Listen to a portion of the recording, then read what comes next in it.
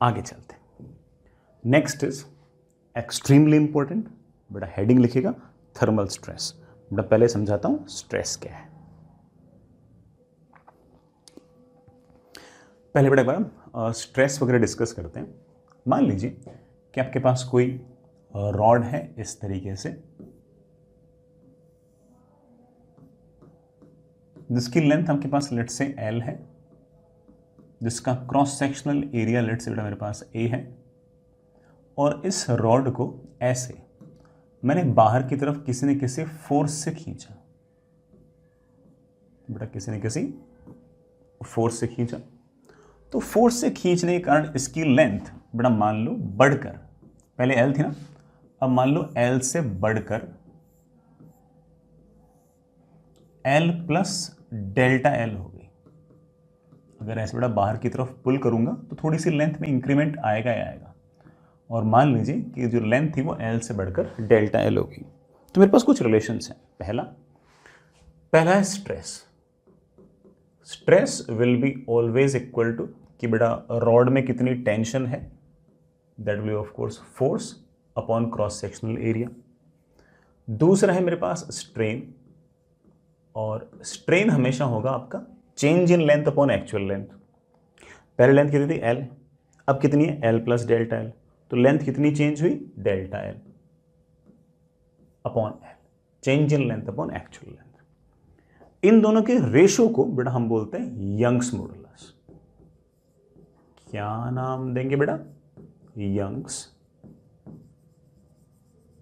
Modulus, and it will be of course stress upon strain, that is F upon A। ये बड़ा stress हो गया upon strain, तो change in length upon actual length.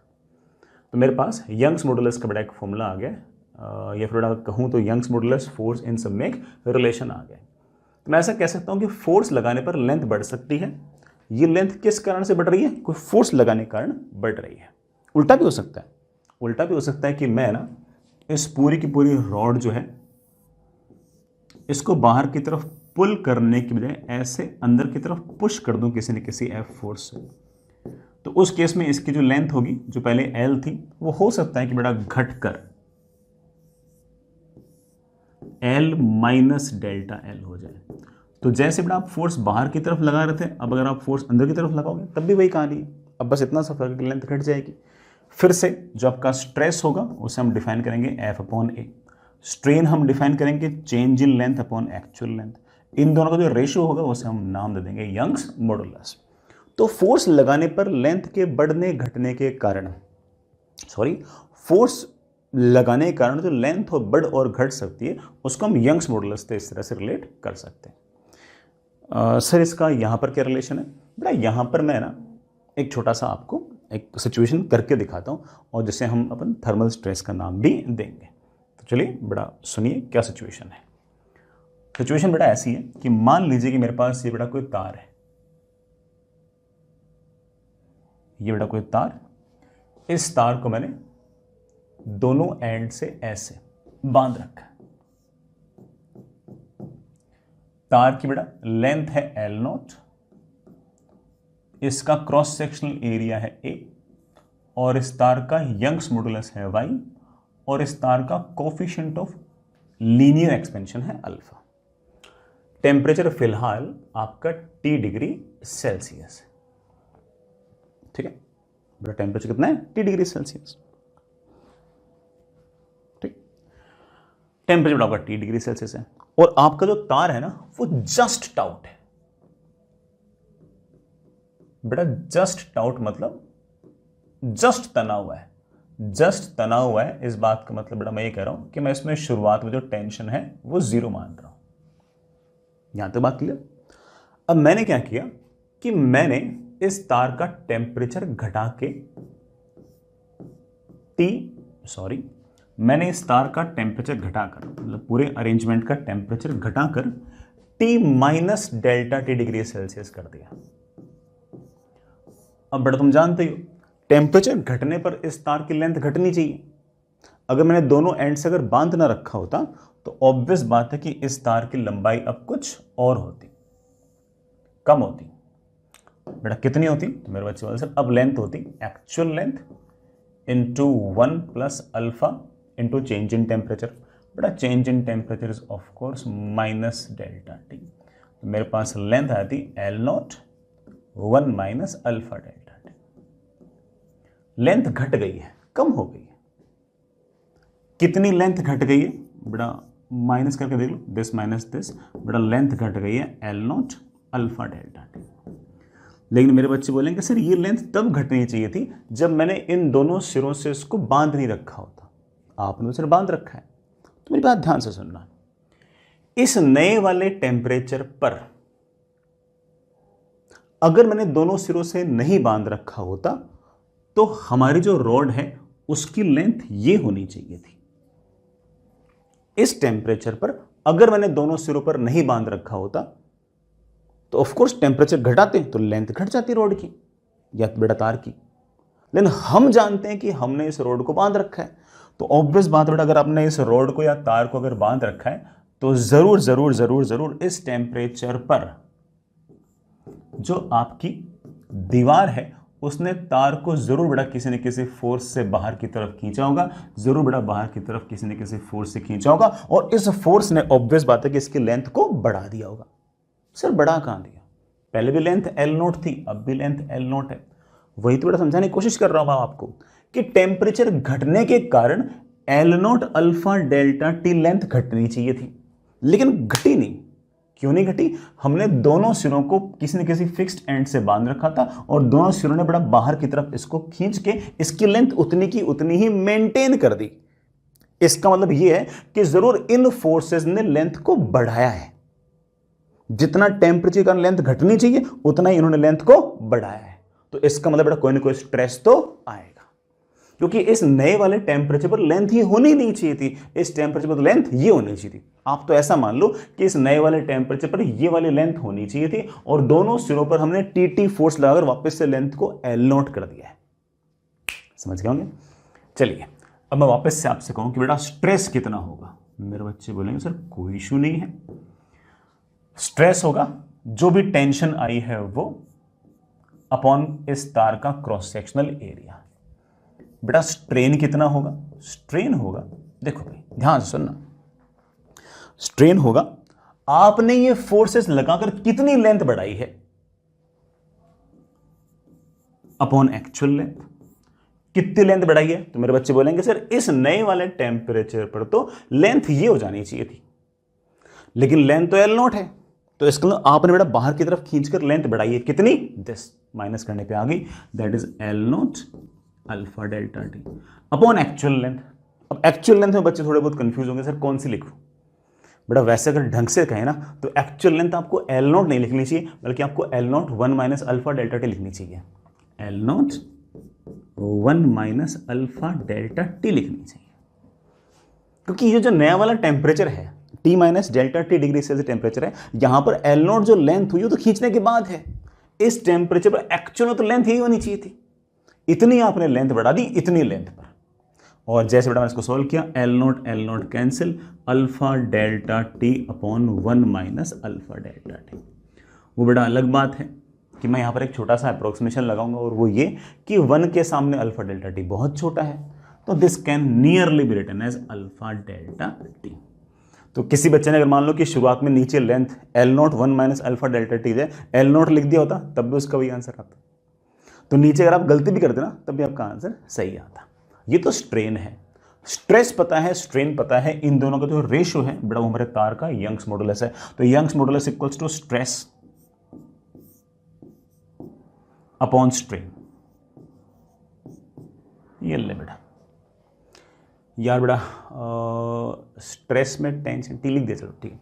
मेरे पास अब tension की value आ गई है बेटा, बोलना क्या वैल्यू आ गई है, Y A alpha delta T.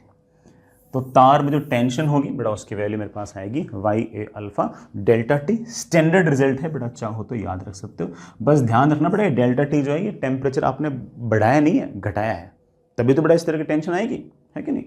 Temperature घटाओगे तो लेंथ घटेगी, लेकिन दोनों एंड आपने बांध रखे हैं तो ऑफकोर्स दोनों एंड बाहर की तरफ खींचेंगे, तभी तो बड़ा टेंशन ऐसे बाहर की तरफ आ पाएगी। ठीक है, स्टैंडर्ड रिजल्ट है, आप चाहो तो इसको याद कर सकते हो। मैं इस पर एक बहुत ही बढ़िया सा सवाल आप लोगों से पूछता हूँ। एडवांस टाइप का सवाल है जिसके अंदर मिक्स्ड कॉन्सेप्ट्स हैं अलग अलग चैप्टर्स के, बट मुझे ऐसा लगता है कि आप बड़े आराम से इस तरह का सवाल निपटा सकते हो, आपको कोई खास दिक्कत नहीं आएगी। सवाल देखिएगा, बड़ा एक तार है, उसका यंग्स मॉडुलस दे रखा है 9 × 10⁻11 न्यूटन पर मीटर स्क्वायर। ये जो तार है बेटा, इसमें शुरुआत में टेंशन 0 है, जस्ट आउट है। इस तार का कोफिशिएंट ऑफ लीनियर एक्सपेंशन 2 × 10⁻5 पर डिग्री सेल्सियस है, और इस तार की डेंसिटी मतलब मास पर यूनिट वॉल्यूम मुझे दे रखा है 8 × 10⁻4 kg पर metre cube. At 30 degree Celsius wire is just out and tension is 0। बेटा 30 डिग्री सेल्सियस पर टेंशन जस्ट 0 है। If temperature is decreased to 20 degree Celsius, बेटा 30 से घटाकर तूने 20 डिग्री सेल्सियस टेम्परेचर कर दिया है। डिक्रीज्ड बाई नहीं है, decreased to 20 degree Celsius. Decreased by 20 degree Celsius मतलब 20 डिग्री सेल्सियस घटा दिया, लेकिन डिक्रीज्ड टू 20 डिग्री सेल्सियस का मतलब क्या है कि 30 से 20 कर दिया है। तो आपने टेम्परेचर कितना चेंज किया बेटा? 10 डिग्री सेल्सियस। टेम्परेचर अगर घटाओगे तो तार की लेंथ घटनी चाहिए, लेकिन बेटा आपने दोनों एंड बांध रखे तो दोनों एंड बाहर की तरफ खींचेंगे, कोई ना कोई टेंशन तो आएगी। What will be the speed of transverse wave on the wire?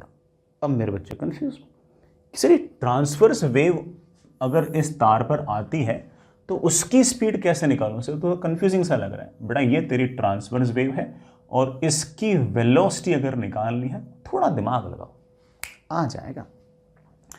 Transverse wave की जो वेलोसिटी है उसका एक फॉर्मूला हुआ करता था मेरे बच्चे, √T/μ, टेंशन अपॉन म्यू। तो वो निकालने के लिए मुझे क्या निकालना पड़ेगा? टेंशन निकालनी पड़ेगी। टेंशन याद करो क्या हुआ करती थी? टेंशन हुआ करती थी YA अल्फा डेल्टा टी। बेटा रख दो, मेरे पास वेलोसिटी ऑफ वेव आ गई है √YA alpha delta T upon mu.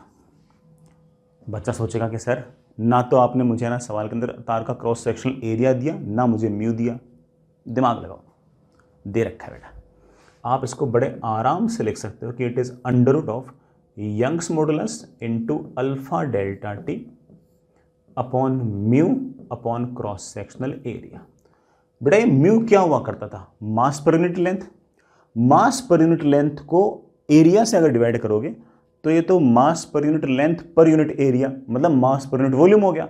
अरे मास पर यूनिट वॉल्यूम तो हमारी डेंसिटी होती है, वो सवाल में दे रखी है। तो हम बड़े आराम से कह सकते हैं कि वेलोसिटी ऑफ वेव मेरे पास हो गई है √ Young's modulus alpha delta T upon rho. सिर्फ और सिर्फ बड़ा सवाल के अंदर वैल्यूज रखना बच गया, तो वैल्यूज रख दीजिए √ बेटा वाई सब SI यूनिट में है 9 × 10⁻11 अल्फा। अल्फा कितना बेटा? 2 × 10⁻5। डेल्टा टी मतलब कितना टेम्परेचर घटा, 30 से 20 हुआ तो बेटा वो हो गया 10 अपॉन रो इज बेटा ऑफ कोर्स 8 × 10⁻4। बेटा चेक कर लो सब कुछ मैंने सही तो किया ना? ठीक है ना? 10 से बेटा 11 और ये बेटा 12 से बेटा 4 क्या तो 10⁻8 10⁻8 और 10⁻5 बेटा 10⁻3 तो बेटा पावर बच गई। ठीक है, 11 और 1 12 में से बेटा 9 गया। हाँ बेटा ठीक है, 9/4 बेटा 2 से कैंसिल 9/4। ठीक है ना? दैट कम्स आउट बेटा 9/4 का रूट बेटा कितना आएगा? 3/2। बेटा इसका 10√10 आ जाएगा शायद मीटर पर सेकेंड। बेटा मेरे ख्याल से वेलोसिटी ऑफ वेव का मेरे पास फॉर्मूला आ गया, आंसर आ गया बेटा। कितना आ गया? That is 15√10।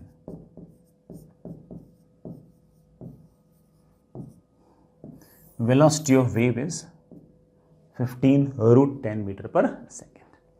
अब JEE एडवांस में तुम समझ गए बेटा, JEE एडवांस में कैसे मिक्स्ड कॉन्सेप्ट करके सवाल पूछ लेते हैं। हो सकता है कि बेटा JEE एडवांस में मुझसे ये भी पूछ ले कि यहाँ पर कोई स्टैंडिंग वेव बन रही है, उसका फिफ्थ हार्मोनिक वेलोसिटी बताओ। पता नहीं बेटा आपको याद है या नहीं है। Fifth harmonic velocity fifth harmonic frequency बताओ। फंडामेंटल फ्रीक्वेंसी हुआ करती थी v/12, फिफ्थ हार्मोनिक हुआ करती 5 टाइम्स v/12। बस आपको तार की लंबाई दे देंगे, आप बड़े आराम से निकाल दोगे। ठीक, वो मुझसे पूछे बताओ कि 10th हार्मोनिक कितना होगा, 10 टाइम्स v/12। तो इस तरह के सवाल बड़े आराम से बेटा आपसे जेईई एडवांस के अंदर पूछ सकते हैं, जिसमें मिक्स्ड कॉन्सेप्ट इस तरह से आ रखे हो। आगे चलते हैं। नेक्स्ट इज बिल्कुल ऐसे सिंपल सा सवाल टाइप का सही बेटा, that is effect of temperature और मोमेंट ऑफ इनर्शिया। कोई ऐसे स्टैंडर्ड फॉर्मूला टाइप नहीं है, बड़ा ऐसे सिंपल सी बात है। मान लीजिए बेटा मेरे पास कोई ना कोई बॉडी है ऐसे, और ये बेटा कोई ना कोई एक्सेस है, और इस एक्सेस के अबाउट इस बॉडी का मोमेंट ऑफ इनर्शिया हमें दे रखा है। मान लो कि बेटा टेम्परेचर है आपके पास T डिग्री सेल्सियस, तो इस T डिग्री सेल्सियस पर इस एक्सेस के अबाउट इस बॉडी का जो मोमेंट ऑफ इनर्शिया है बेटा वो I0 है। I0 का तुम बड़ा सेंस जानते हो ना कि it is of course integration of dm into are square. R is of course बेटा distance of dm mass from the axis. ये जो ऑब्जेक्ट है बेटा इसका coefficient of linear expansion let's say बेटा आपके पास अल्फा है। मान लो कि मैंने इस ऑब्जेक्ट का टेम्परेचर T से बढ़ाकर T plus delta T degree Celsius किया, तो मोमेंट ऑफ इनर्शिया पर क्या फर्क पड़ेगा? समझदार बच्चों को पता है कि मोमेंट ऑफ इनर्शिया बढ़ेगा, क्योंकि टेम्परेचर बढ़ने पर हम जानते हैं किसी भी पेयर ऑफ पॉइंट के बीच में सेपरेशन बढ़ेगा। तो ये जो ऑब्जेक्ट पहले ऐसी थी, ये ऑब्जेक्ट बड़ा मुझे ऐसा लगता है कि टेम्परेचर बढ़ने पर कुछ कुछ ऐसी नजर आना स्टार्ट हो जाएगी। तो मास जो एक्सेस से थोड़ा सा दूर चला जाएगा, और अगर मास अगर एक्सेस से दूर चला जाएगा तो भले ही मास उतना ही हो लेकिन मोमेंट ऑफ इनर्शिया तो बढ़ जाएगा। तो मुझे ऐसा लगता है कि मोमेंट ऑफ इनर्शिया तो बढ़ेगा। चलो लेकिन होगा कितना? बड़ा वेरी इजी, कोई डीएम मास को यहां से r डिस्टेंस दूर मान लो। कोई बड़ा डीएम मास है, वो पहले मान लेते हैं कि एक्सेस से r डिस्टेंस दूर था पहले।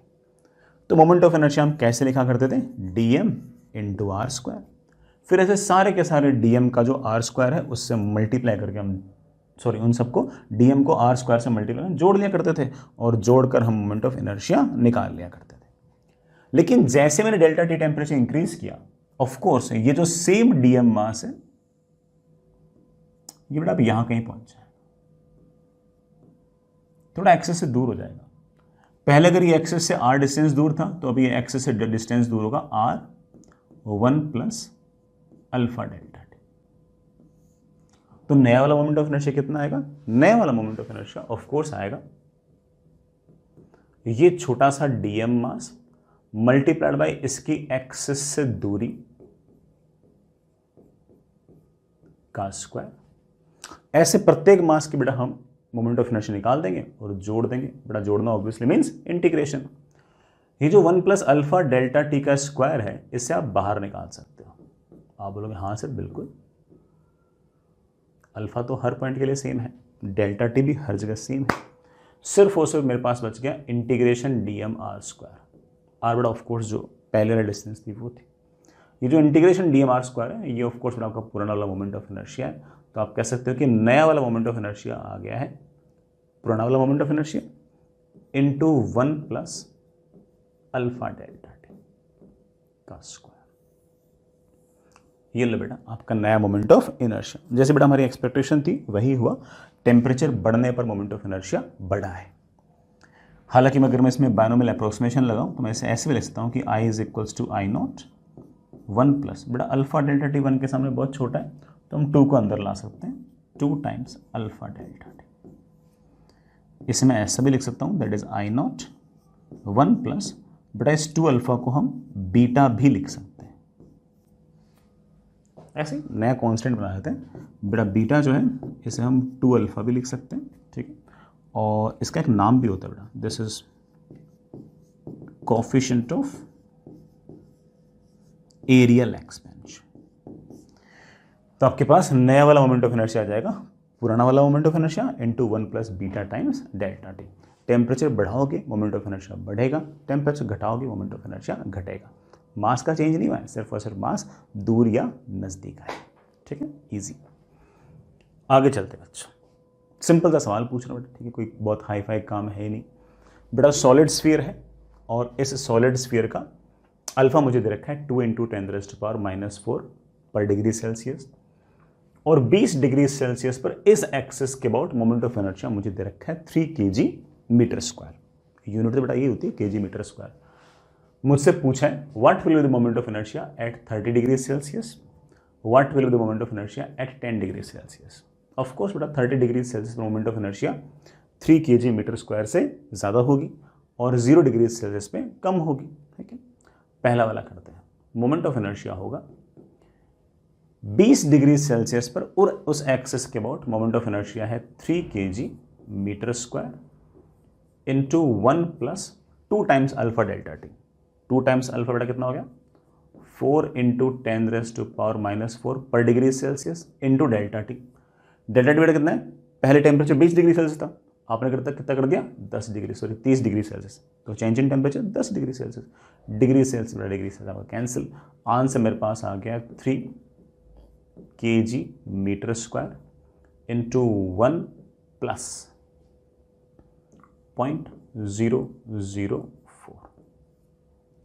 ठीक है ना, that comes out 1.004 into 3 kg/m²। Sir 0 degree Celsius पे कितना होगा, सेम फॉर्मूला बेटा। ठीक है, moment of inertia will be 3 kg/m², बेटा 20 पे था, 0 पे कितना होगा 1 + 2 टाइम्स अल्फा, बेटा 2 टाइम्स अल्फा इज 4 × 10⁻⁻⁴ पर degree Celsius into change in temperature. बेटा पहले 20 था अब 0 हो गया, change in temperature is of course बेटा -20, माइनस बेटा आना चाहिए क्योंकि मोमेंट ऑफ इनर्शिया तो घटेगा ना। ठीक, मेरे पास आंसर आ गया, that is equals to 3 kg/m², 1 minus बेटा 4 दूनी 8, 8 × 10⁻³ बेटा कर लोगे सो बेटा, that comes out to be 3 kg/m² into 0.992। कर ले बेटा मल्टीप्लाई, आसान सा काम। चलिए ठीक है बच्चों, आगे चलते हैं बेटा। नेक्स्ट इज क्या बेटा, ये एरियल एक्सपेंशन या फिर सुपरफिशियल एक्सपेंशन। सुनिएगा, छोटा सा काम था। मान लीजिए कि बेटा आपके पास कोई इस तरह से 2 डायमेंशनल ऑब्जेक्ट है। अब बेटा जैसे हम जानते हैं इस बात को कि हमने अभी तक तो सिर्फ और सिर्फ लेंथ में जो चेंज है टेम्परेचर के साथ वही डिस्कस किया है, लेकिन अगर लेंथ चेंज होगी तो ऑफ कोर्स एरिया भी चेंज होगा, वॉल्यूम भी चेंज होगा। तो एक काम करते हैं, हम एरिया और वॉल्यूम के जो चेंजेस हैं उनको भी देख लेते हैं। ये बेटा मेरे पास कोई लेट्स से रेक्टेंगल है जिसकी लेंथ है मेरे पास L0, बेटा इसकी लेंथ है लेट्स से L0 और बेटा विड्थ है लेट्स से B0 और इसका कोफिशिएंट ऑफ लीनियर एक्सपेंशन है लेट्स से अल्फा। ये जो मैंने कहानी बताई है ये T डिग्री सेल्सियस पे है, तो T डिग्री सेल्सियस पे ऑफ कोर्स हमारे जो रेक्टेंगल है उसका एरिया होगा L0 × B0। ठीक है, अब मान लीजिए कि मैंने टेम्परेचर T से बढ़ाकर T + ΔT डिग्री सेल्सियस कर दिया है, तो इस नए वाले टेम्परेचर पर एरिया नया आएगा क्योंकि लेंथ भी बढ़ गई है और आपकी जो विड्थ है वो भी इंक्रीज हो गई, दोनों ही इंक्रीज हो गई। अब आपके पास जो नई लेंथ है वो भी हम लिख देंगे बेटा, नई वाली विड्थ भी लिख देंगे, रहेगा या रेक्टेंगल ही। नई वाली लेंथ, नई वाली विड्थ, नई वाली लेंथ आएगी पुरानी वाली length into 1 + alpha delta T. नई वाली विड्थ आपके पास आएगी पुरानी वाली width into 1 + alpha delta T, है कि नहीं बेटा। अब अगर आपसे पूछूं कि नया वाला एरिया कितना आएगा तो आप बोलोगे सर नई वाली लेंथ होगी L0 1 + अल्फा डेल्टा टी, नई वाली विड्थ क्या होगी बेटा, पुरानी वाली width into 1 + alpha delta T. तो मेरे पास नया एरिया आ जाएगा पुराना वाला area into 1 + alpha delta T का स्क्वायर। तो आप बड़ा ऐसे बड़े आराम से एरिया वगैरह लिख सकते हैं। मैं इसे भी लिख सकता हूँ कि दैट इज ऑफ कोर्स बेटा ए नॉट 1 प्लस 2 को नीचे ले आओ 2 टाइम्स अल्फा डेल्टा टी। ये जो 2 अल्फा है बेटा इसे हम रिप्लेस कर सकते हैं एक नए कांस्टेंट से। भाई अल्फा कांस्टेंट है तो 2 अल्फा भी कांस्टेंट। 2 अल्फा को बेटा मैं नाम दे रहा हूँ beta. It is also known as beta coefficient of areal expansion या beta coefficient of superficial expansion. इसकी यूनिट बेटा ऑफ कोर्स 1 डिग्री सेल्सियस ही होगी। इसकी डायमेंशन बेटा ऑफ कोर्स के की पावर -1 ही होगी जो अल्फा के होते हैं। ठीक, कोई बेसिक फर्क नहीं, ये सिर्फ 2 अल्फा है। ठीक है बच्चों, अगर मैं आपसे पूछूं कि एरिया में कितना चेंज हुआ, ये जो ऑब्जेक्ट है इसके एरिया में कितना चेंज हुआ, तो आप बोलोगे सर एरिया में चेंज हुआ है a माइनस ए नॉट, तो वो आ गया बेटा मेरे पास A naught times 2 alpha delta T. अरे बेटा उस 2 अल्फा को मुझे बीटा पे तो लिखना था, लिख देता हूँ। नए वाला एरिया आ जाएगा पुराना वाला area into 1 plus beta delta T. ठीक है ना, सवाल में बीटा दे रखा हो बीटा लिख लिया करो, बीटा ना दे रखा होगा अल्फा दे रखा होगा तो 2 अल्फा लिख लो। इसको मैं लिख सकता हूँ कि नया वाला जो एरिया का चेंज आया है दैट इज ऑफ कोर्स बेटा बीटा टाइम्स पुराना वाला एरिया इनटू डेल्टा टी। कोई मुझसे पूछ ले कि सर एरिया में फ्रैक्शनल चेंज कितना हुआ है,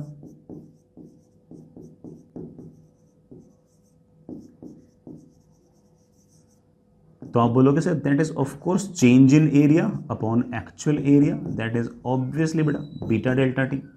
कोई मुझसे पूछ ले कि परसेंटेज चेंज कितना है, बेटा मल्टीप्लाइड बाई 100। ठीक है, तो बड़े आराम से सारा काम बन सकता है। जैसे फॉर एग्जाम्पल बेटा मान लीजिए कि मेरे पास इस तरह से कोई 2 डायमेंशनल ऑब्जेक्ट है। बेटा मान लो कोई ट्रायंगुलर प्लेट ही है, इसका कोफिशिएंट ऑफ लीनियर एक्सपेंशन मुझे दे रखा है 4 इंटू 10⁻⁻⁴ पर डिग्री सेल्सियस। ठीक है बेटा, और इसका जो टेम्परेचर है सॉरी इसका जो एरिया है फिलहाल वो बेटा लेट से 10 मीटर स्क्वायर है। इस ट्रायंगुलर प्लेट का जो एरिया है बेटा वो 10 मीटर स्क्वायर है। मैंने इस ऑब्जेक्ट का टेम्परेचर जो है बेटा वो लेट से 20 डिग्री सेल्सियस बढ़ा दिया। Find coefficient of superficial expansion, find change in area, new area या बेटा फाइनल एरिया। फोर्थ बेटा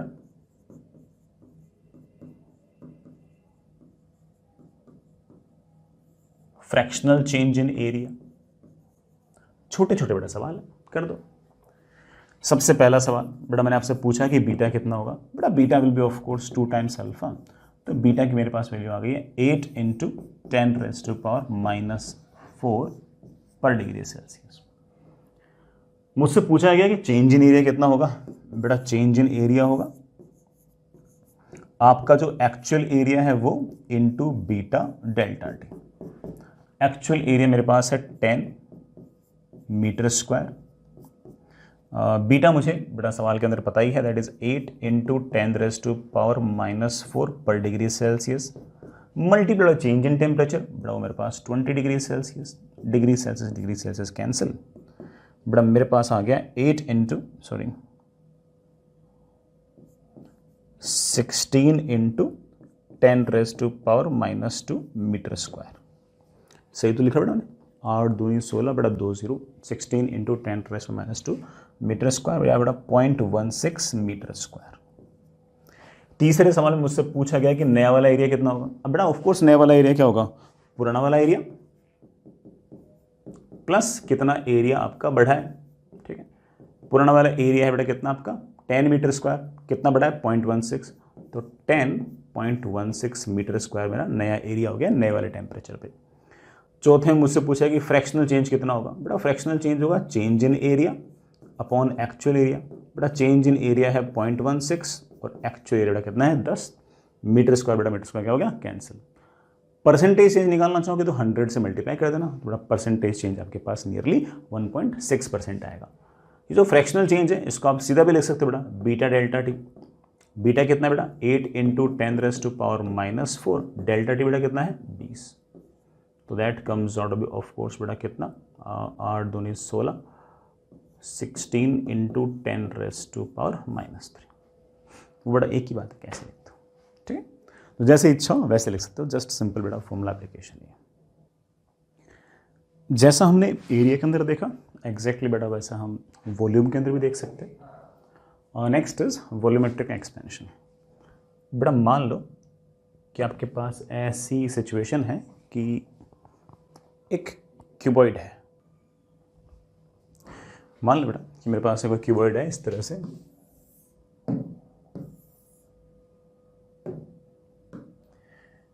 इसकी लेंथ विड्थ हाइट सब कुछ दे रखा है,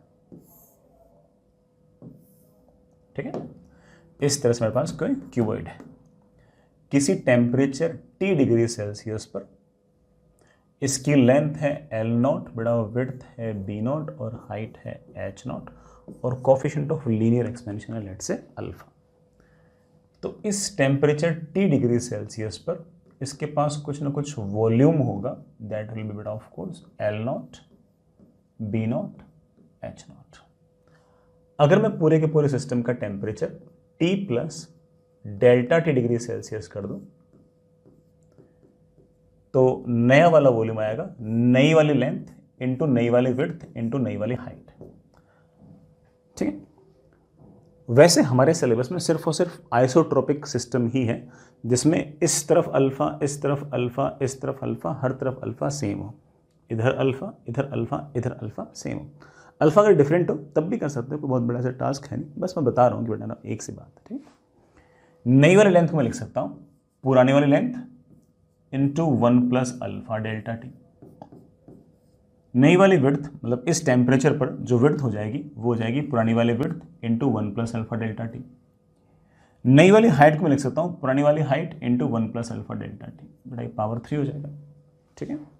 और यहां से मेरे पास आ गया कि नया वाला volume is basically actual volume जो आपका शुरुआत में था into 1 plus alpha delta T की पावर 3। अगर मैं बायनोमियल अप्रोक्सीमेशन लगाऊं तो it can written as V0, बड़ा 3 को नीचे ले आओ 1 plus 3 times alpha delta T. ये जो बड़ा 3 अल्फा है इसको मैं एक गामा से रिप्रेजेंट कर रहा हूं और नाम थोड़ा तुम समझ गए होंगे, it is coefficient of volumetric expansion. एक ही बात बेटा अल्फा बोल दो गामा बोल दो, बस अल्फा का 3 गुना बेटा क्या है गामा है, अल्फा का 2 गुना क्या है बीटा, ठीक। ये मेरे पास नया वाला वॉल्यूम आ गया, तो नया वाला वॉल्यूम मेरे पास आ गया है पुराना वाला volume into 1 plus gamma times delta T. या तो सवाल बेटा गामा दे रखा होगा या अल्फा दे रखा होगा, ठीक। मुझसे कोई पूछे कि वॉल्यूम में कितना चेंज है तो आप कह सकते हो कि दैट इज ऑफ कोर्स बेटा V minus V0, that is gamma times V0 delta T, ठीक है। बेटा कोई मुझसे पूछे कि फ्रैक्शनल चेंज क्या है तो change in volume upon actual volume is equals to बेटा of course gamma times delta T. Percentage change पूछेगा बेटा ऑफ कोर्स हम 100 से मल्टीप्लाई कर देंगे। सवाल थोड़ा इस पर क्या करो, ठीक है, सिर्फ फॉर्मूले वैल्यू चलते हैं, कुछ खास काम है नहीं, कुछ बढ़िया सवाल करते हैं जिसमें थोड़ा सोचना पड़े, ठीक। नेक्स्ट इज बेटा सवाल देखना, मेरे पास एक कंटेनर है, कंटेनर जो है उसका अल्फा दे रखा है, बट अल्फा दे रखा है 5 इंटू 10⁻⁻4 पर degree Celsius. Beta of course इसका डबल हो जाएगा, गामा बेटा ऑफ कोर्स इसका 3 गुना हो जाएगा। इस कंटेनर का जो वॉल्यूम है वो 2 लीटर है, मतलब बेटा 1000 सेंटीमीटर क्यूब है, ठीक है। 2000 सेंटीमीटर क्यूब इसका वॉल्यूम है। इस कंटेनर के अंदर हमने बेटा कंप्लीटली फिल कर रखा है लिक्विड से, पूरा एकदम आखिर तक ब्रिम तक भर रखा है, ऊपर तक, एक बूंद भी एक्स्ट्रा नहीं डाल सकता इसके अंदर में, ठीक है। लिक्विड का जो गामा है बेटा वो 2 इंटू 10⁻³ पर डिग्री सेल्सियस है। Gamma of liquid is 2 into 10⁻³ पर डिग्री सेल्सियस। सवाल देखिए बेटा, if temperature is increase by 25 degree Celsius find volume of liquid which overflows out of the container. अगर मैं टेम्परेचर 25 डिग्री सेल्सियस बढ़ाता हूं तो लिक्विड का कितना वॉल्यूम जो है वो इस कंटेनर से ओवरफ्लो कर जाएगा, ये बेटा मेरा सवाल है। देखो यार, लिक्विड का जो गामा है वो मुझे दे रखा है कि दैट इज 2 इंटू 10⁻³ पर डिग्री सेल्सियस। कंटेनर का जो गामा होगा वो ऑफ कोर्स बेटा कंटेनर के अल्फा का 3 गुना होगा, दैट कम्स आउट बेटा 15 इंटू 10⁻⁻4 पर डिग्री सेल्सियस, या बेटा 1.5 इंटू 10⁻⁻3 पर degree Celsius. As you can see that कि बेटा लिक्विड का गामा जो है वो कंटेनर के गामा से ज़्यादा है, तो इसका मतलब टेम्परेचर बढ़ाने पर एक्सपेंड दोनों ही होंगे, लेकिन आपका लिक्विड ज़्यादा एक्सपेंड होगा और कंटेनर कम एक्सपेंड होगा, और लिक्विड जितना एक्स्ट्रा एक्सपेंड होगा उतना बाहर निकल जाएगा, क्योंकि दोनों का वॉल्यूम शुरुआत में सेम था। जैसे फॉर एग्जांपल दोनों का वॉल्यूम शुरुआत में 2000 सीसी है ही, ठीक है। मान लो कि लिक्विड एक्सपेंड हुआ और उसका वॉल्यूम बढ़ा 10 सेंटीमीटर क्यूब, लेकिन कंटेनर का वॉल्यूम सिर्फ और सिर्फ 7 सेंटीमीटर क्यूब ही बढ़ा, तो कंटेनर का वॉल्यूम तो 2000 सेंटीमीटर क्यूब से 2007 हो गया, लिक्विड का 2000 से 2010 हो गया, तो इसका मतलब लिक्विड का 3 सेंटीमीटर क्यूब जो वॉल्यूम है वो एक्स्ट्रा बढ़ा है, वही ओवरफ्लो कर जाएगा। तो that 10 - 7 will be your the volume which has been overflow. तो अगर कोई मुझसे पूछे कि कितना वॉल्यूम ओवरफ्लो करेगा, तो मैं सीधा बोल दूंगा कि जो वॉल्यूम ओवरफ्लो करेगा दैट विल बी कि वॉल्यूम ऑफ लिक्विड कितना है माइनस वॉल्यूम ऑफ कंटेनर कितना है। लिक्विड का volume delta T temperature increase करने के बाद होगा 2000 इंटू, ऐसे लिख दो बेटा, इनिशियल वॉल्यूम बेटा V0 into 1 plus gamma of liquid into delta T minus container का वॉल्यूम कितना होगा, कंटेनर का इनिशियल वॉल्यूम तो बेटा V0 था into 1 plus gamma of container into delta T. इससे बड़ा मेरे पास ये आ गया V0 कैंसिल, बेटा V0 into gamma L minus gamma C into delta T. इसको हम डायरेक्ट भी लिख सकते थे, कैसे कि वॉल्यूम जो ओवरफ्लो होगा उसको आप ऐसे लिख दो कि लिक्विड का कितना वॉल्यूम चेंज हुआ माइनस कंटेनर का वॉल्यूम कितना चेंज हुआ। दोनों का इनिशियल तो सेम ही था ना। मान लो कंटेनर का वॉल्यूम बढ़ा, सॉरी लिक्विड का वॉल्यूम बढ़ा 10 सेंटीमीटर क्यूब और कंटेनर का बढ़ा 7 सेंटीमीटर क्यूब, तो 10 - 7 आपका फ्लो कर जाएगा, ओवरफ्लो कर जाएगा। कंटेनर का वॉल्यूम कितना बढ़ेगा, सॉरी लिक्विड का वॉल्यूम कितना बढ़ेगा, V0 into gamma of liquid into delta T. Container कितना होगा, V0 into gamma of container into delta T, बड़ा सेम आंसर आएगा।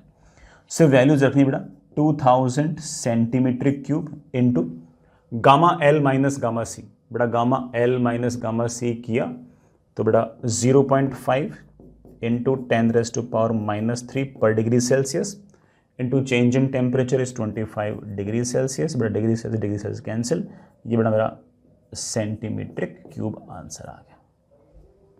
ठीक है बेटा, 2000 से बेटा ये कैंसिल हो गया, बेटा 2 इंटू 0.5 कितना हो गया 1, बेटा 25 सेंटीमीटर क्यूब आंसर आ गया होगा।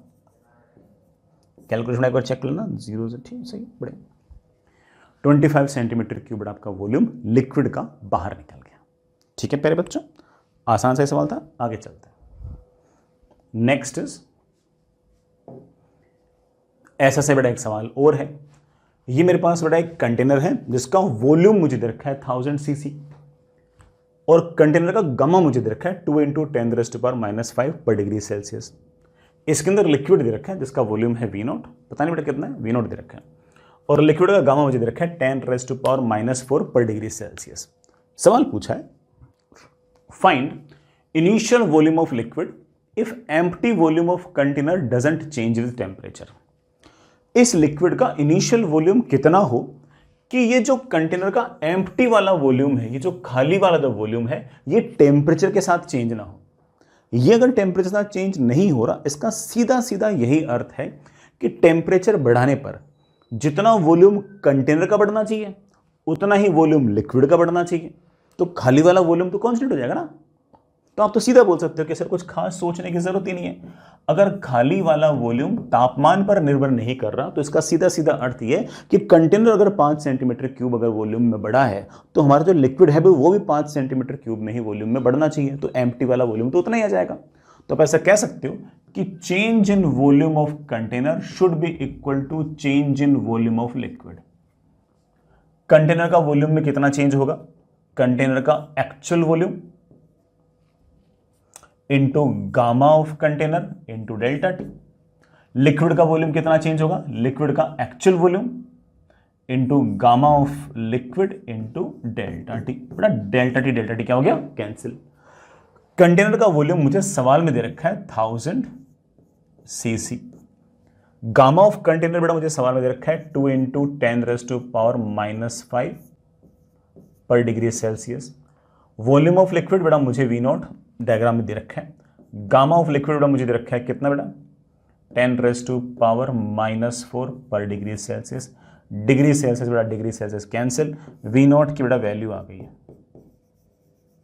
1000 × 2 × 10⁻⁻5 अपॉन 10⁻⁻4 बेटा कितना 200 आया क्या 200 ऑफ कोर्स बेटा सेंटीमीटर क्यूब। बाकी सब तो कैंसिल हो गया, यही तो है ना। हाँ ठीक है, आसान सा सवाल, थोड़ा कुछ खास ऐसा कुछ करने वाली बात इसके अंदर थी ही नहीं, समझ ही होंगे।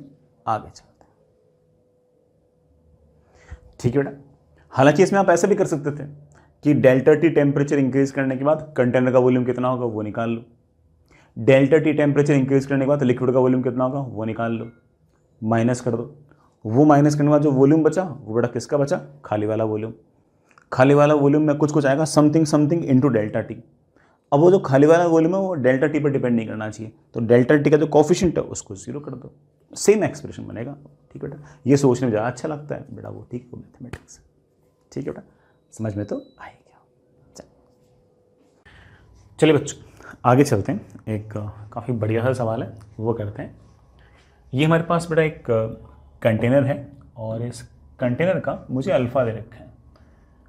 अल्फ़ा अगर इसका अल्फ़ा है तो ऑफ कोर्स इस कंटेनर का बीटा जो होगा वो 2 टाइम्स अल्फ़ा हो जाएगा, और इस कंटेनर का जो गामा है बेटा ऑफ कोर्स आपके पास 3 टाइम्स अल्फ़ा हो जाएगा। इसके अंदर एक लिक्विड भरा हुआ है, उस लिक्विड का गामा मुझे गामा L दे रखा है, और लिक्विड जिस हाइट तक भरा हुआ है वो मुझे H दे रखा है। Find height of liquid column if temperature is increased by delta T.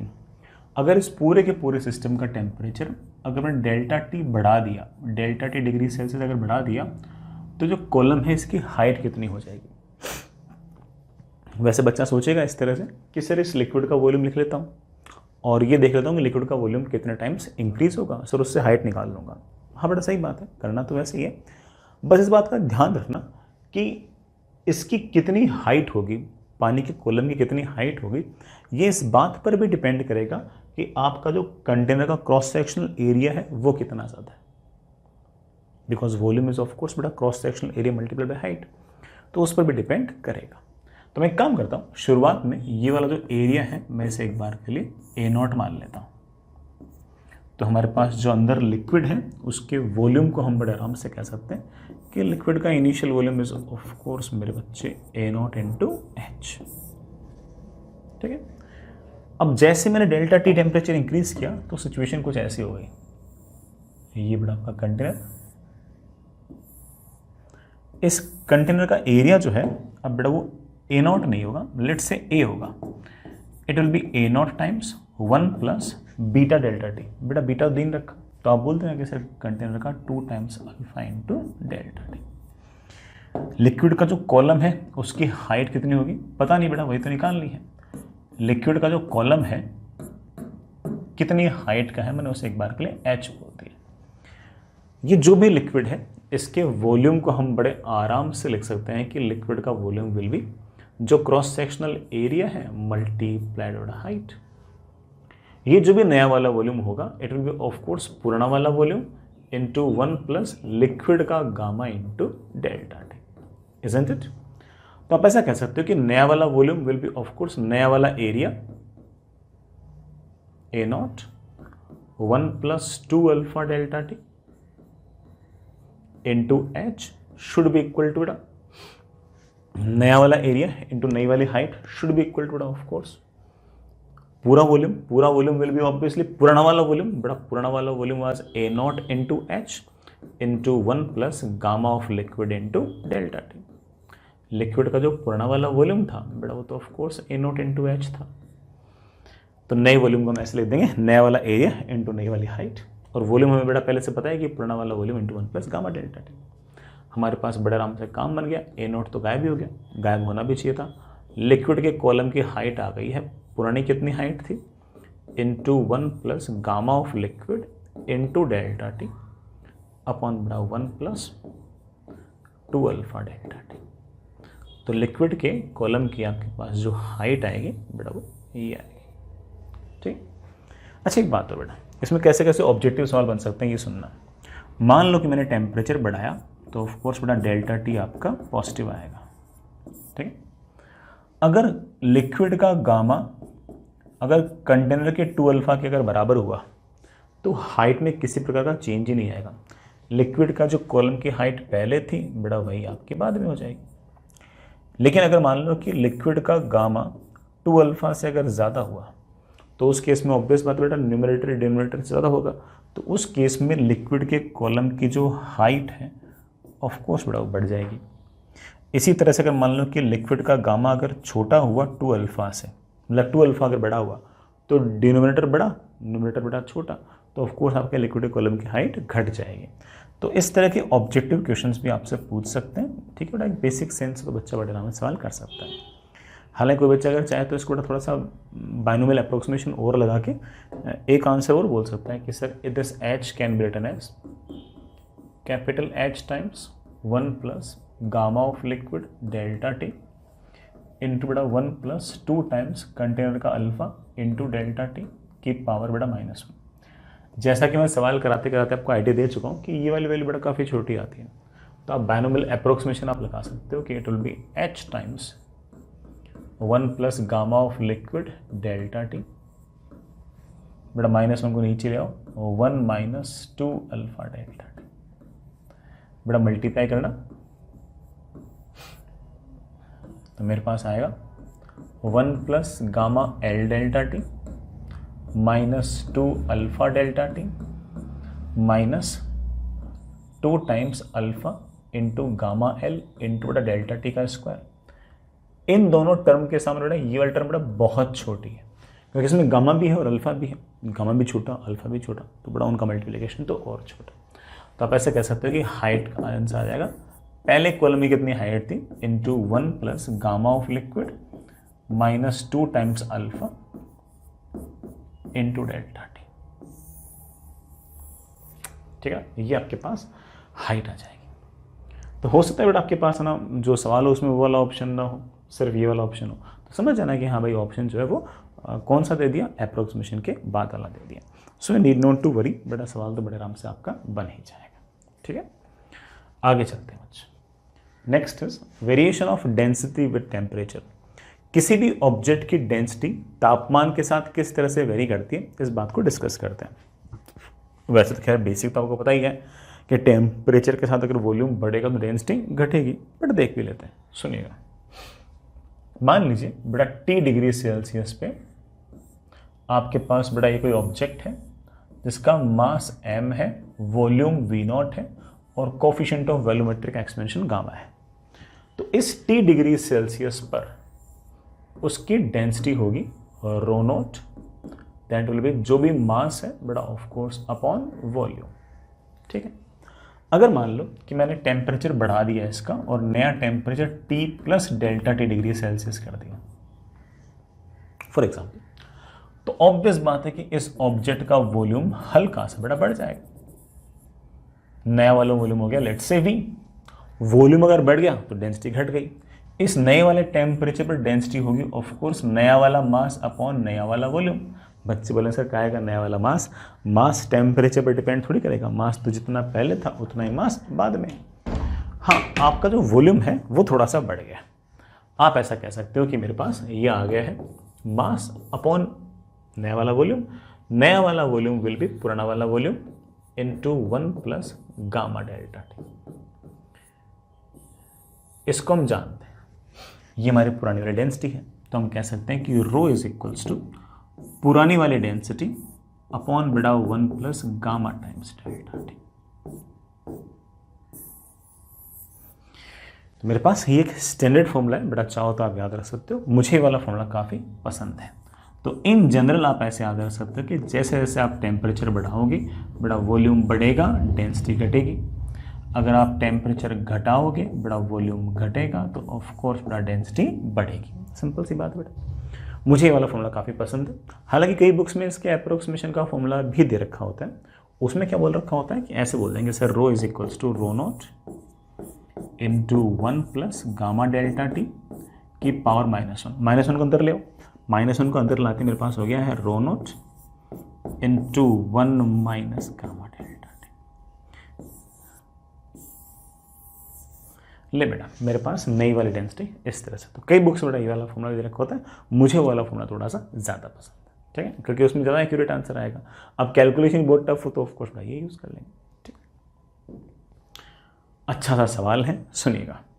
मेरे पास बेटा एक लिक्विड है जिसकी डेंसिटी है 1000 kg/m³। लिक्विड का कोफिशिएंट ऑफ वॉल्यूमेट्रिक एक्सपेंशन मुझे दे रखा है 1.5 × 10⁻³ पर डिग्री सेल्सियस। इसके अंदर एक वुड का टुकड़ा है बड़ा, वो फ्लोट कर रहा है। वुड की डेंसिटी मुझे दे रखी है 980 kg/m³, और वुड का मुझे गामा दे रखा है, मतलब वुड का कोफिशिएंट ऑफ वॉल्यूमेट्रिक एक्सपेंशन दे रखा है 1.2 × 10⁻³ पर डिग्री सेल्सियस। ये वुड फ्लोट इसलिए कर रही है क्योंकि ये लिक्विड के डेंसिटी से कम डेंसिटी है। जैसे लिक्विड डेंसिटी 1000 है, इसकी 980 है, तो ये इसलिए फ्लोट कर रही है। आपको हल्का फुल्का याद भी होगा कि लिक्विड की डेंसिटी के मुकाबले ये 0.98 टाइम्स है। इसका मतलब 98% वॉल्यूम अंदर है और 2% वॉल्यूम इसका बाहर है। अभी टेम्परेचर आपका 0 डिग्री सेल्सियस है। सवाल ये कि find the temperature at which wood will just sink in the liquid. जो वुड है वो पूरा का पूरा जस्ट पूरे के पूरे लिक्विड के अंदर डूब जाएगा। ऐसा कब होगा? जस्ट सिंक तब होगा जब दोनों की डेंसिटी बराबर हो जाएगी। जस्ट सिंक होने का मतलब ये है कि जो आपकी लिक्विड की डेंसिटी है वो वुड की डेंसिटी के बराबर हो जाए, तब समझ जाना कि वो जस्ट सिंक हो गया। अदरवाइज जैसे फिलहाल अभी तो बड़ा लिक्विड डेंसिटी जो है वो ज़्यादा है, वुड की डेंसिटी कम है, तो अभी की बात तो अलग है। अदरवाइज बड़ा इस तरह से सिंकिंग की कंडीशन तो ये है। तो वैसे तो आप समझ गए कि सर करना कुछ खास है ही नहीं, दोनों की डेंसिटी बराबर कर दो। तो चलिए बेटा, अभी टेम्परेचर T0 है, सॉरी 0 है, उससे बढ़ाकर लेट से बढ़ा मैंने डेल्टा टी डिग्री सेल्सियस कर दिया। डेल्टा टी बढ़ा दिया, अब 0 तो पहले से ही है, डेल्टा टी बढ़ा तो डेल्टा टी हो जाएगा और क्या। डेल्टा टी डिग्री सेल्सियस बढ़ाने के बाद लिक्विड की डेंसिटी क्या हो जाएगी? लिक्विड की पहले वाली density upon 1 plus gamma of liquid into delta T, है कि नहीं बेटा? वुड की density delta T degree Celsius temperature बढ़ने के बाद कितनी हो जाएगी? आप बोलोगे सर वुड की पुरानी वाली density upon 1 plus gamma of wood into delta T. कर लो बेटा solve. Rho L plus rho L gamma of wood delta T, rho of wood plus बेटा रो ऑफ वुड इंटू बेटा gamma of liquid into delta T. ले बेटा delta T की value आ गई, रो ऑफ लिक्विड माइनस बेटा rho of wood, minus बेटा rho of wood divide by rho of wood gamma of liquid minus minus minus minus बेटा rho of liquid into बेटा gamma of wood. ये बेटा आपका answer. मैंने बेटा पूरा सॉल्व कर दिया, वैल्यू में सबसे आखिर में रख रहा हूँ। मुझे ऐसा लगता है कि वैल्यूज हर स्टेप पे रखने से अच्छा है लास्ट स्टेप में रखते हैं, तो कैलकुलेशन थोड़ी सी बेटर रहती है, आसान पड़ती है। Rho of liquid minus rho of wood, rho of liquid है बेटा 1000, रो ऑफ वुड है 980, तो बेटा ऑफ कोर्स मेरे पास ये कितना आ गया 20 kg/m³। खैर बेटा kg/m³ लिखने से कोई खास फायदा है नहीं, ये भी बेटा kg/m³ है तो कैंसिल हो जाएगा। तो गामा एल और गामा डब्ल्यू की यूनिट क्या होती है 1 डिग्री सेल्स, वो डिग्री सेल्स ऊपर आ जाएगा, तो आंसर पहले डिग्री सेल्स में आपका आ जाएगा। ठीक, रो ऑफ वुड बेटा रो ऑफ वुड हो गया 980 इंटू गामा ऑफ लिक्विड, बेटा gamma of liquid is 1.2 into 10⁻³ बेटा मुझसे ऊपर ले गया, माइनस माइनस माइनस माइनस बेटा रो ऑफ लिक्विड बेटा कितना है 1000 into into into into into into into बेटा रो ऑफ वुड 1.2। ठीक है बेटा, दैट इज ऑफ कोर्स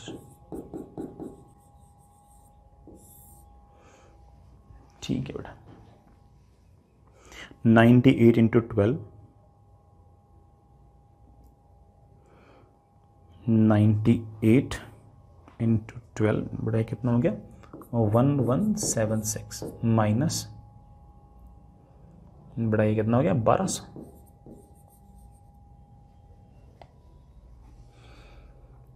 ठीक है ना,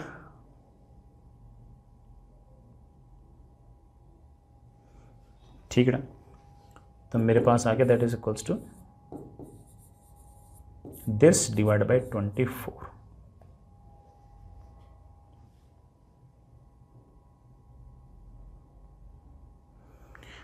बड़े कितना -833 आ रहा है क्या, शायद एक बार चेक करना। हालांकि इतना डिग्री सेल्सियस पॉसिबल है नहीं, तो आप बोल सकते हो कि नॉट पॉसिबल, है ना। एक बार कैलकुलेशन जरूर चेक करना, उल्टा तो नहीं पड़ गया।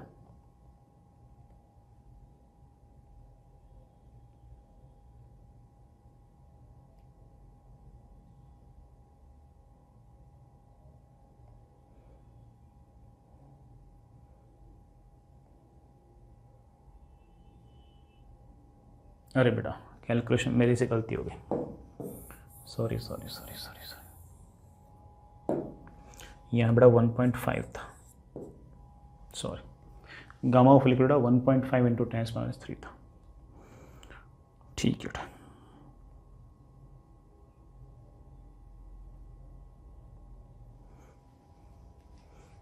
तो बेटा ऊपर तो 20,000, नीचे बेटा 1470 माइनस बेटा कितना 1200।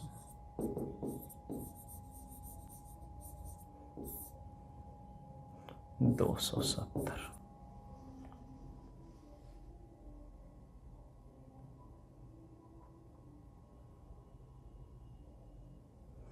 बेटा मेरे ख्याल से रफली 74 डिग्री सेल्सियस के आसपास आंसर है। ठीक है ना। पहले वो मैंने गलती से 1.5 की जगह 1.2 लिख दिया था। ठीक है प्यारे बच्चों।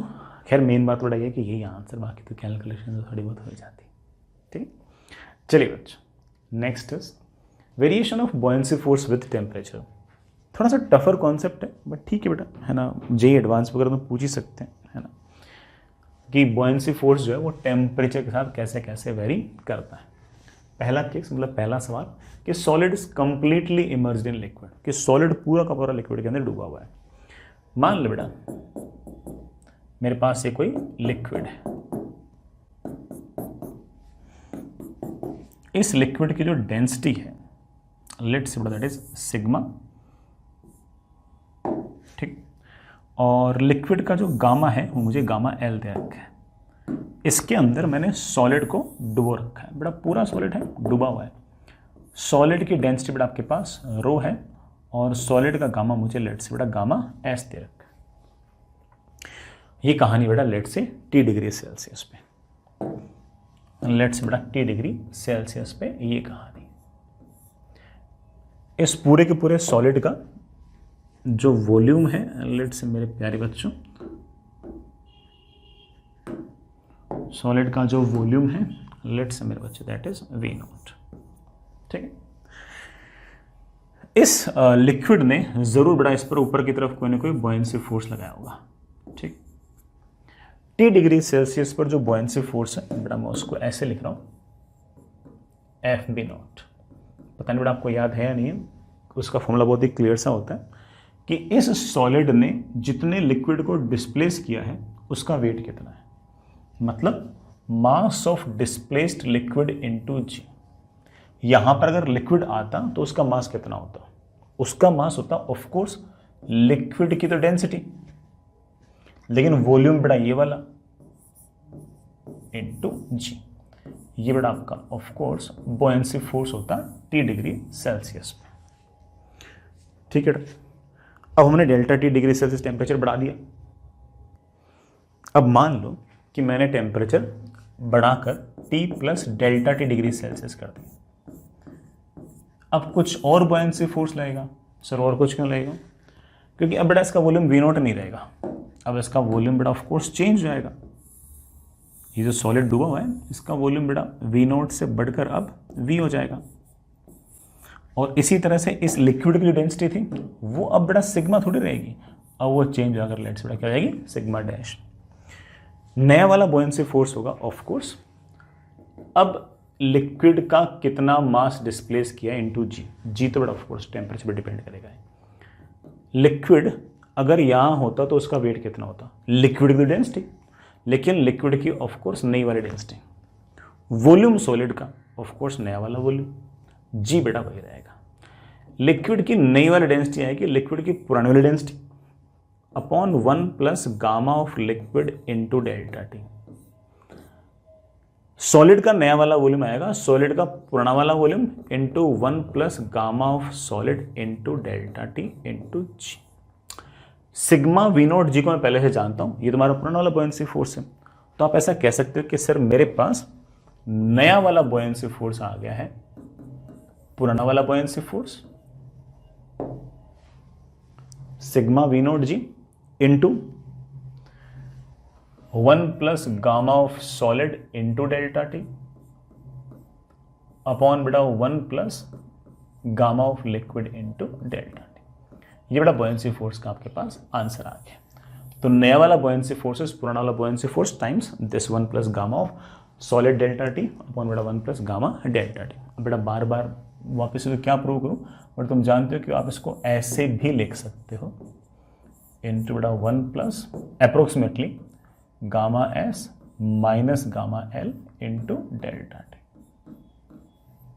ठीक है, ये बेटा आपका नया वाला बॉयंसी फोर्स आ गया। परफेक्ट, मतलब ये तो सवाल है बेटा, ठीक है, ऐसे नहीं कि आप इसको याद कर लो, ये तो बिल्कुल एडवांस टाइप का सवाल हो गया है ना। ऐसा नहीं कि इसके रिजल्ट को तुम याद रख लो कि हाँ यार सर ने कोई है ना जेईई मेन स्पेसिफिक को टॉपिक पढ़ाया, ऐसा नहीं बेटा, ठीक है, तो सवाल है। चलिए बच्चों, अच्छा इसमें वो सवाल कैसे कैसे पूछ सकते हैं। मान लो कि आपने टेम्परेचर इंक्रीज किया तो डेल्टा टी बेटा आपका ऑफ कोर्स पॉजिटिव आएगा, है ना।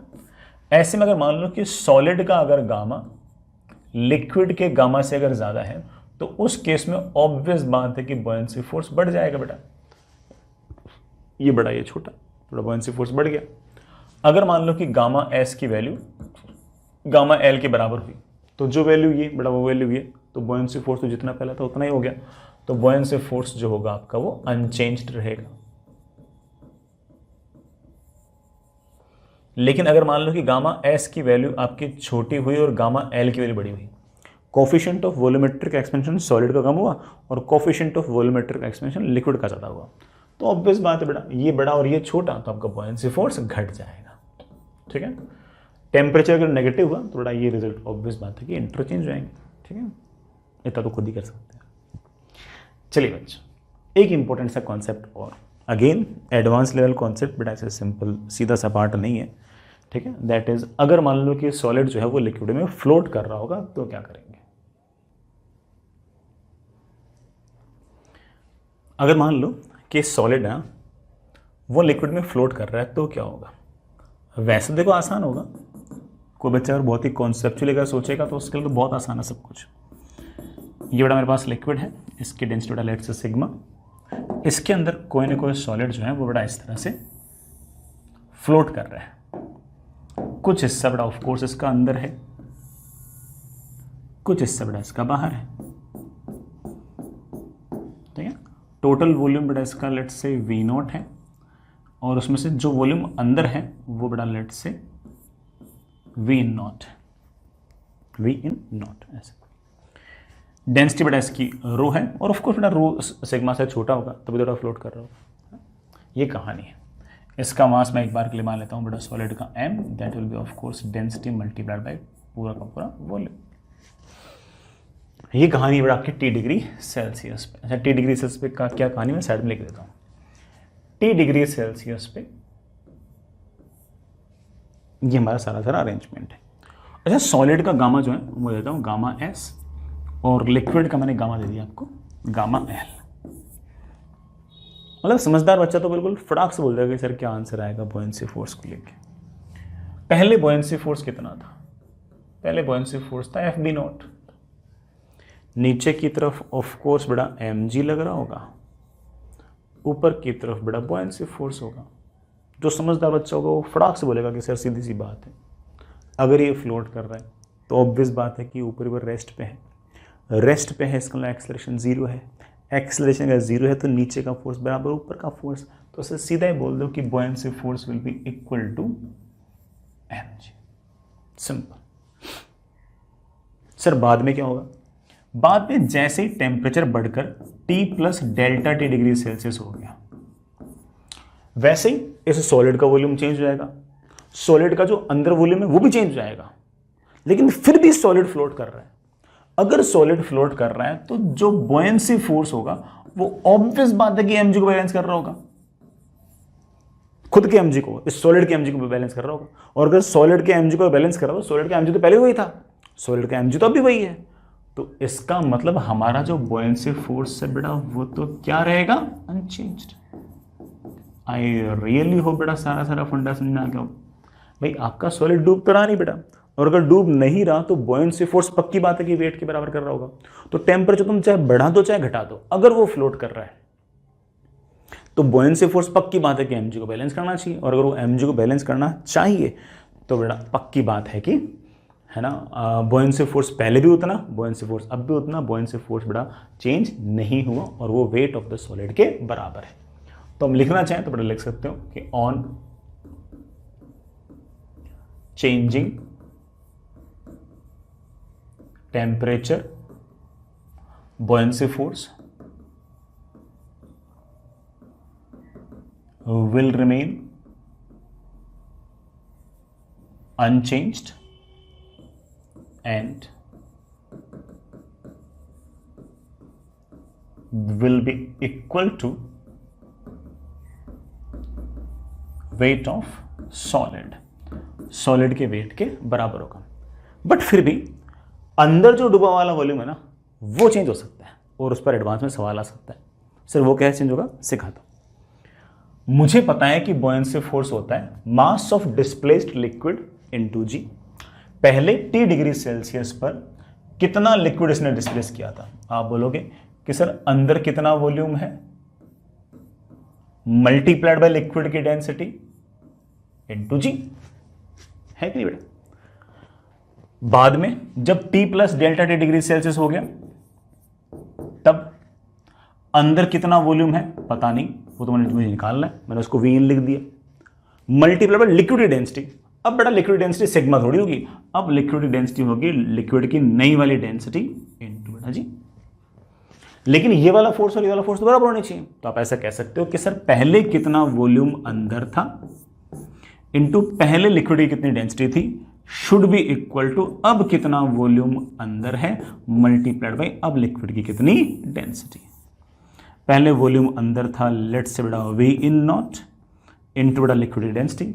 अब कितना वॉल्यूम अंदर है मैं बड़े आराम से निकाल सकता हूं क्योंकि नई वाली डेंसिटी क्या होगी लिक्विड की, पुरानी वाली density into 1 plus gamma of liquid into delta T. तो अंदर वाला वॉल्यूम जो है वो किस तरह से थोड़ा चेंज होगा, आप बड़े आराम से कह सकते हो कि ये सिग्मा थोड़ा सिग्मा क्या हो गया कैंसिल, और अंदर कितना वॉल्यूम अब होगा वो होगा पहले कितना वॉल्यूम अंदर था सॉलिड का multiplied by 1 plus gamma of liquid into delta T. याद नहीं करना, सिर्फ ये याद करना कि हाँ भाई बुओयेंसी फोर्स ऐसे लिखते हैं और बुओयेंसी फोर्स बड़ा आपका अनचेंज्ड है। बुओयेंसी फोर्स अगर अनचेंज्ड है तो ऑब्वियस पता है टेम्परेचर बढ़ने पर सिग्मा घटेगा, तो ऑफकोर्स जो अंदर डूबा वाला वॉल्यूम वो लगातार बढ़ेगा, और sigma inversely proportional to 1 plus gamma delta T है, तो अंदर वाला वॉल्यूम बड़ा of course directly proportional to 1 plus gamma delta T होगा। ठीक है, ऑब्वियस बात। लेकिन इस पर मुझे ऐसा लगता है कि एडवांस वगैरह में अच्छा सवाल आ सकता है। ठीक, variation of density of water with temperature. बेटा थोड़ा सा वाटर का थोड़ा अनोमलस सा क्या कहते हैं बेटा बिहेवियर है, तो एक बार उसको भी डिस्कस कर लेते हैं। 0 डिग्री सेल्सियस से कम पर तो बेटा पानी सॉलिड फॉर्म में होता है, तुम 0 डिग्री सेल्सियस से ऊपर डिस्कस करते हैं। 0 डिग्री सेल्सियस से लेकर 4 डिग्री सेल्सियस तक पानी का जो गामा होता है बेटा वो नेगेटिव होता है। सर आपने तो कहा था गामा हमेशा पॉजिटिव होता है। हाँ बेटा जनरली बेटा गामा पॉजिटिव ही होता है। टेम्परेचर बढ़ाने पर बेटा वॉल्यूम बढ़ती है डेंसिटी घटती है। पानी का बिहेवियर 0 से लेकर 4 डिग्री सेल्सियस तक थोड़ा सा डिफरेंट है। 0 से लेकर 4 तक बेटा पानी का गामा नेगेटिव है। पानी का अगर गामा नेगेटिव है इसका मतलब टेम्परेचर बढ़ाने पर पानी का वॉल्यूम घटेगा बेटा, डेंसिटी बढ़ेगी। कब से कब तक? 0 से 100 नहीं, 0 से 4 बस।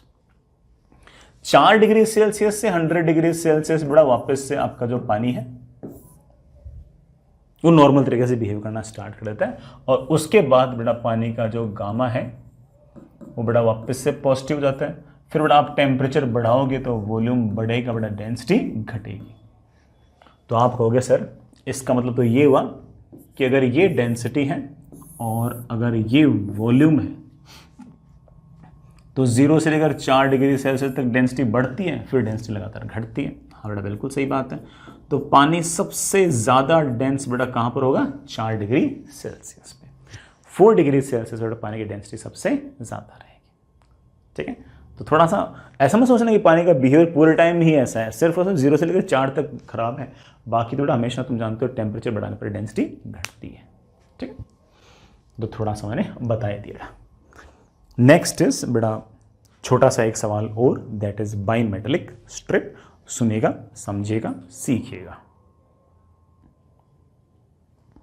वैसे तो बेटा नाम से आइडिया लग गया होगा, बाइमेटेलिक स्ट्रिप मतलब बेटा 2 मेटल्स हैं, उससे मैंने स्ट्रिप बनाई है।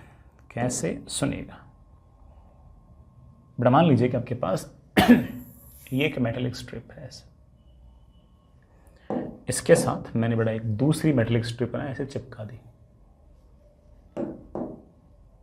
दूसरी मेटेलिक स्ट्रिप मैंने ऐसे इसके साथ चिपका दी। चिपका दी मतलब बेटा वैसे मैंने वेल्डिंग कर दी इनकी ना, ऐसे। दोनों की बेटा लेंथ है L0। ठीक है, और मैंने बीच से क्या किया, दोनों की वेल्डिंग कर दी। बेटा वेल्डिंग मतलब चिपका दिया। वेल्डिंग में होता क्या है कि जो ऊपर वाली जो स्ट्रिप होगी ना, उसके नीचे वाले हिस्से को ऐसे फायर के आर्क से हल्का सा पिघला देंगे। नीचे वाली जो स्ट्रिप होगी उसके ऊपर वाले सरफेस को भी बेटा ऐसे फायर के आर्क से हल्का सा पिघला देंगे, फिर ऐसे चिपका देंगे। फिर थोड़ी देर वेट करेंगे तो वो जो मेटल्स है वो सॉलिडिफाई हो जाएंगे, फिर वो चिपक जाएंगे, मतलब टूटेगा नहीं बात। लेंथ बेटा L0 है। ऊपर वाला जो मेटल है उसका कोफिशिएंट ऑफ लीनियर एक्सपेंशन बेटा α1 है और उसकी थिकनेस बेटा d है। नीचे वाला जो मेटल है उसका कोफिशिएंट ऑफ लीनियर एक्सपेंशन α2 है और बेटा उसकी थिकनेस भी बेटा लेट से d है। हालांकि अगर अलग अलग भी होती तो हम कर लेते। ये कहानी बेटा लेट से किसी टेम्परेचर T डिग्री सेल्सियस पे। मान लो बेटा, मान लो कि α1 जो है वो α2 से बड़ा है और मैंने टेम्परेचर को बढ़ा दिया। α1 अगर α2 से बड़ा है तो ऑब्वियस बात बेटा इसकी लेंथ ज़्यादा बढ़नी चाहिए और इसकी लेंथ कम बढ़नी चाहिए, लेकिन दोनों मिलकर चिपके हुए हैं तो ऐसा नहीं हो सकता कि बंधन टूट जाए। बिना वेल्डिंग टूटे इसकी लेंथ ज़्यादा हो और इसकी लेंथ कम हो, ऐसा कैसे हो सकता है? आप बोलोगे सर ऐसा तब हो सकता है जब कहानी कुछ ऐसी हो जाए कि कहानी कुछ ऐसी हो जाए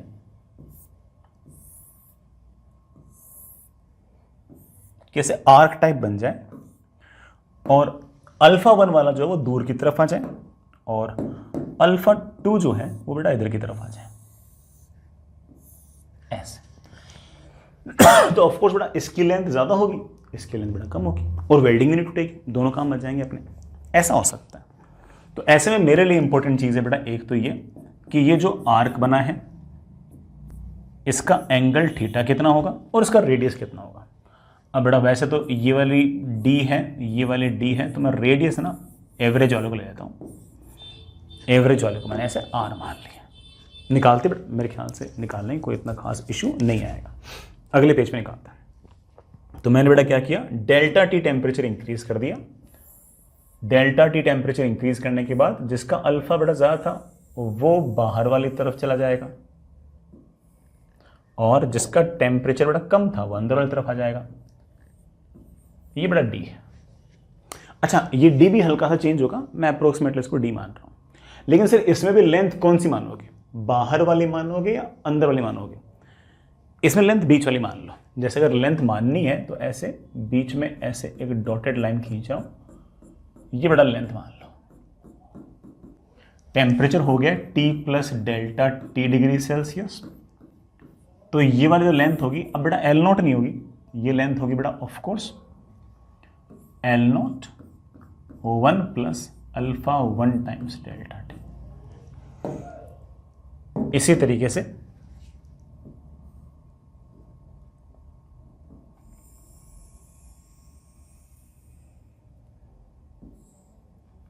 ये बेटा आपके पास दूसरी स्ट्रिप, इसकी थिकनेस बेटा डी, इसका अल्फा छोटा था तो ये बेटा ये सेंटर की तरफ वाली साइड बन जाएगी। सर इसमें लेंथ किसको बोलोगे, इस बाहर वाले को बोलोगे अंदर वाले को बोलोगे, एवरेज ले लो यार, एवरेज आएगा बिल्कुल बीचों बीच, बीचों बीच वाली लेंथ को बेटा तुम कह सकते हो कि सर पहले एल नॉट था, अब L naught 1 plus alpha 2 times delta T. ठीक है बेटा, मेरे ख्याल से मोस्टली काम तो बन ही चुका है। इन बेटा आर्क्स को ऐसे पूरा आर्क बना लेते हैं इससे बेटा। Let's say this angle is theta. रही बात बेटा रेडियस की, बेटा this radius will be of course R. मेरे दो एम है, मैं ये आर निकालना चाहता हूँ और बेटा मैं ये एंगल थीटा लिखना चाहता हूँ, दो ही एम है, करते हैं बेटा।